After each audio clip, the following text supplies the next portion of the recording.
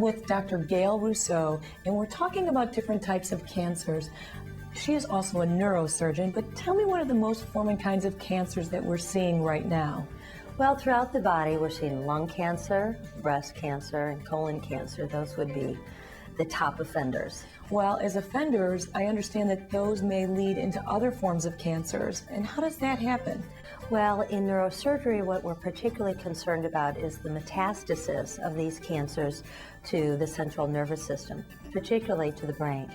Given that brain metastases are a very common form of brain tumors, is there a higher frequency of brain tumors that you're seeing now than, say, 10 years ago? There certainly is, and it's sort of a double-edged sword, Andrea, because what we're seeing is that where our colleagues in oncology, medical oncology, those who give chemotherapy, and surgical oncology are doing an excellent job at protecting patients or saving patients who have primary lung cancer or primary breast cancer.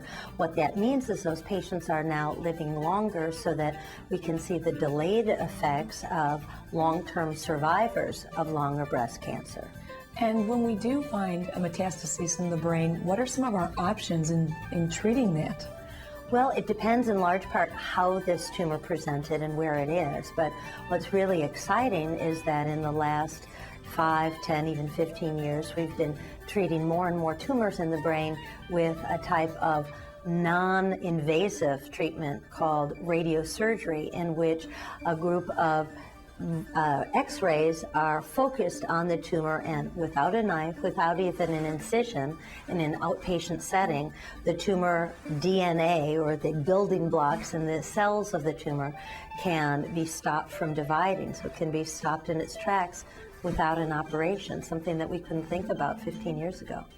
Now, I think you mentioned that you had some children, so tell me how you balance everything together, being the neurosurgeon, the mom.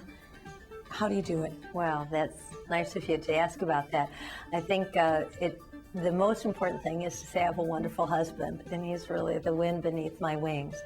But the other thing is I have 2 great kids, and I think that medicine, unlike other demanding fields, is something that is very concrete. So from a very early age, my children have understood that if mommy couldn't be there, it wasn't because I didn't want to be there, it was because Mr. Smith had a brain tumor or a blood clot in their head, and it's a very concrete thing, so they could understand. In fact, they would say, go, don't finish that bedtime story, go take care of him.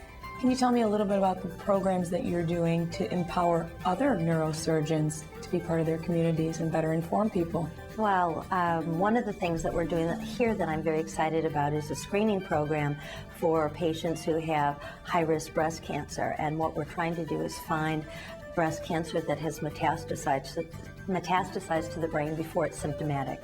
So we're offering a free screening to patients, certain patients who have high-risk cancers, to bring them in free of charge for an MRI and see if any percentage of those patients have previously undiagnosed tumors that we can treat for them or recommend treatment for them before they become symptomatic.